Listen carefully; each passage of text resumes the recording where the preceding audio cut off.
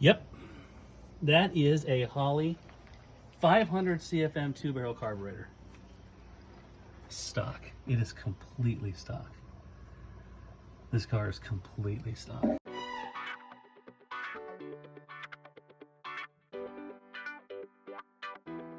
Usually, they'll swap that out. Look at that, it says regular fuel on it. That was a big thing to say in 1973, 2 years after they banned leaded fuel. So regular fuel would have been 87 octane, which means this engine probably has 8.5 to 1 compression or something stupid like that, which makes it perfect for boost. Hey, can you imagine this with a huge supercharger poking through the hood? I wouldn't do that to a 400 modified, but I would do it to a 460, which will bolt right in. That's the air conditioner. That whole huge thing is the air conditioner. Oh, that whole thing. Okay. Looks efficient.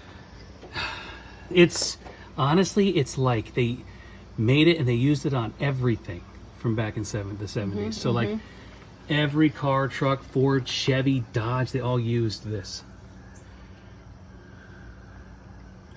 The brakes look like they're in great. No wonder. Look at that brand new brake booster. This looks brand spanking new. The brakes in this thing are unbelievably good. So brakes were done on this. Everything else, garbage. The ignition system is stock, but horrible. Look at the distributor is a low style, like Windsor style. So it's not even modern. Like it's got that separate coil right next to it, and that sort of standard style, so low cap on there, which means that distributor is most likely a points, which it is. It's a points ignition, which is garbage. Absolute total garbage. The Advance is set up with weights and springs. Weights and springs. Seems easy. No, we're getting rid of that. That's ridiculous. That's just garbage. That's going away. The only thing that's cool about it is I'm pretty sure I got a distributor in the garage that'll fit this.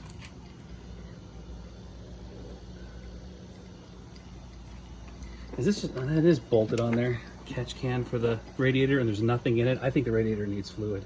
The hoses are in really good shape. I think those were recently replaced, the radiator hoses. But I'm betting that it needs fluid in the coolant system. The looks like a newer belt on the air conditioner. Yeah, that's definitely new. Yep. All those belts look new. Power steering's right here. Oh yeah. Look how big that pump is. Juicy, that juicy power steering. It is. That's a really good way of putting it. Shocks are about $25 a piece, and we need it. No, we're good. Let's just look at all the numbers first. I mean, No, honestly, I'm serious. Shocks are needed. not too stiff. Gotta keep it a little buttery. I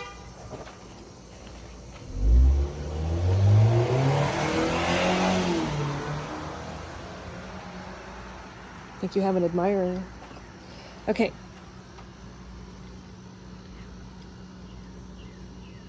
Might have been a cry for help. I didn't even know what the hell that was. Okay, let's see. What are we dealing with here? I mean, there's, like, yeah, that right turn signal. I don't know if it works or not. I just know that it's not showing up on the Try on the dash. Probably not, because this light's burned out. It would be in the current corner light, I think. Here, let me. Will it even work without the key in it? No. I'm gonna do it with the damn key. Okay, we'll test the lights out.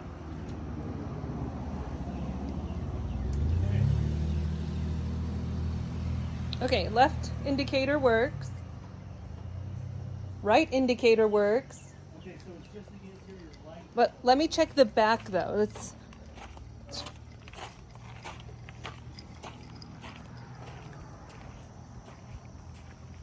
Okay, left works. Right works. Yeah, brake light's good. All right. So we're just a fiddle. Yeah, so just the interior dash light doesn't The work for the driving, signal then, the yeah. standard beam, not the high beam. Right. Standard. The standard beam is burned out. High beam works. That's awesome. Yeah. So the interior, I thought the lights probably did work. Mm-hmm. But there's no indicator inside showing that the right turn signal. Okay. Okay. So it just needs this, which is obviously burned out. Yep. Look at it. It's obviously burned out. Yeah, it's all weird. Yeah. So we just need that light bulb. But we should probably just go ahead and replace them all With with LEDs. LEDs or halogens. Yeah. Yeah. So we can actually see. Red. It smelled hot when I got it on the highway. So when on my way there, I got it to about 63, Uh-huh. and maybe 65 down the hill. Yeah. And then I got it off the exit ramp, and I'm sitting there, and it started to get kind of hot. Uh-huh. And then I drove it into the next red light, and then I could smell heat. Yeah. I could smell. It didn't smell like it was burning, but I could smell heat. Yeah. And then I started moving again, and then I parked it, and then it was fine. But on the way home, 75 miles an hour. The faster you go, the smoother it is. So 75 miles an hour in traffic, no problem. No problem at all. In fact, it seemed to like that better. Mm-hmm. Obviously, that's what it's for. It's for road trips. Yeah. I don't know. I can only imagine what the gearing is. Like 250 gears or something. There's no overdrive. It's the C6. You know what I'm saying? Uh-huh. It's a C6. So it's 1-to-1 in third gear. So Yeah. the final drive ratio has to be like 250. Like the tallest highway gears imaginable. So that'll have to change.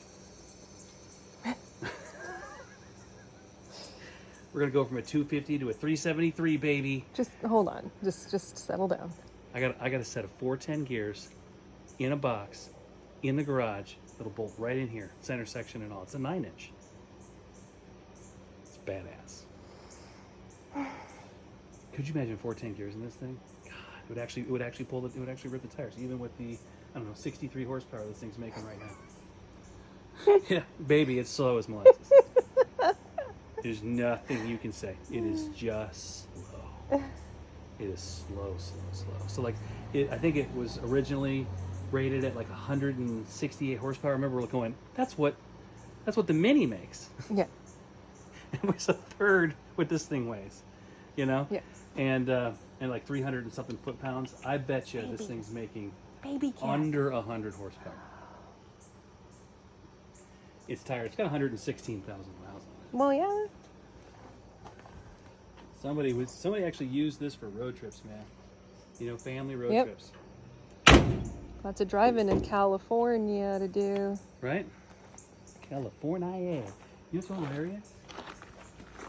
That is exactly the same as on my Mustang. Yeah. My 93 Mustang. Yeah. It said there's no antenna on this thing, that's why there's no radio reception. But I can't, the dials don't turn the Oh, yeah. thing. It just, Yeah. so it's not working at all.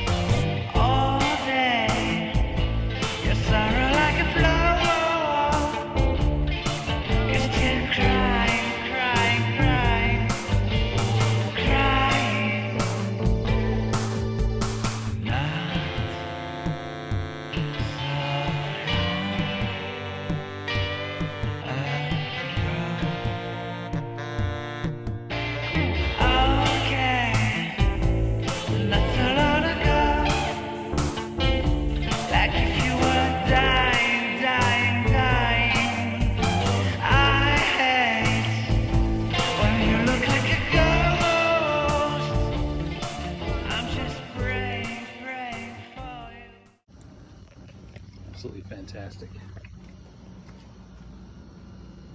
That's the most corrosion on the car, really, that I've seen on that bumper, which I don't mind. All the patina, I'm totally cool with. I like the patina. Yeah, I mean, there's no rust yet. So yeah, let's say what are you talking about?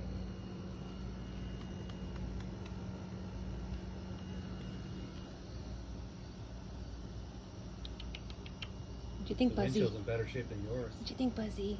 Hey. It's because there's so much frontal volume to catch everything before it gets to the windshield. Yeah. Yeah. How much bigger it is than your van. I know. It's like, oh, I'm gonna die. It's like, it's sticking out like 3 feet in front of it. And it's still sticking out Yeah, the back that's what I mean. as well. Yeah. It's really funny. And, what do you think? Do you think in how many years? Right? Do you think in 50 years your car will be ironically cool? This one? I mean, the memory of it'll be, because this will have rusted out and disintegrated 30 years prior to that. This one didn't. This was built in the 70s. They know how to build them back then. No, they didn't. It's because it's been in California, though. I know. This has lived its whole life in Ohio.